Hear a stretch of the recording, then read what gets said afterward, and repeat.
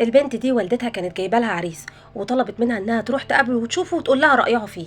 فالبنت فعلا اخدت اخوها واختها وراحوا. اختها بتقول لها هو ده العريس اللي ماما جايباه؟ قالت لها ايوه. تخيلي، اكبر مني ب10 سنين وكان متجوز قبل كده وطلق مراته ومعاه ولد. انا مش عارفه ماما متمسكه بيه ليه. فاخوها قال لها خلاص يلا نمشي. قالت له لا، طالما جيت هقعد معاه علشان الاقي اي حجه لماما اخلص من الجوازه دي. استنوني انتوا هنا وانا هروح اكلم الراجل ده شوف اي حجه واسيبه وامشي. فراحت لحد عنده قالت له انت العريس اللي متقدم لي؟ قال لها ايوه.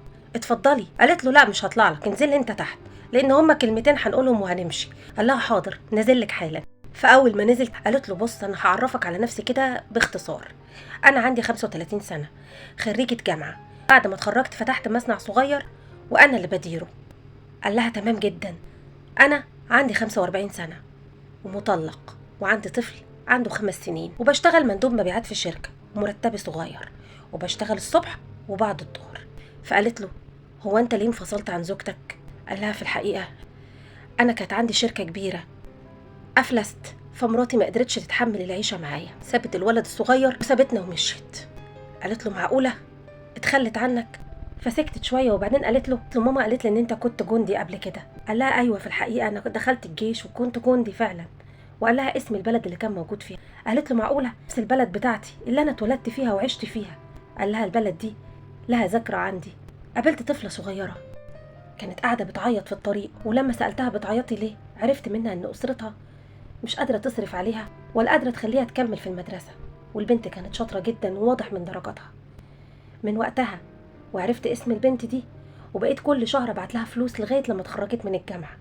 قالت له غريبه جدا، القصه دي تشبه قصتي بالظبط. انا زمان كمان قابلت واحد وعمل معايا كده لاني كانت اسرتي كانت بسيطه جدا وما كانش معانا فلوس.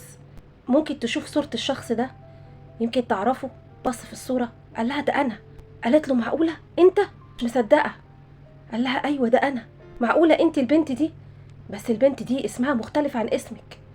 قالت له ايوه انا ليا اسمين، اسمي في الورق واسمي بينادوا عليا بيه، فانت تعرف الاسم اللي كانوا بينادوا عليا بيه. الراجل قال لها طيب كويس جدا ان انا قابلتك، استاذنك. قالت له رايح فين؟ على فكره انا موافقه، انا ليا سنين بدور عليك وما كنتش عارفه اوصل لك، وبعدين انت راجل محترم وتعبت في حياتك كتير ورغم ظروفك كنت برضو بتعمل خير وانا مش هلاقي احسن منك. بلاش تتسرع في حكمك على حد ما تعرفوش، ساعات النصيب بيختار لك الخير في شكل ما كنتش تتوقعه. صلوا على النبي في التعليقات.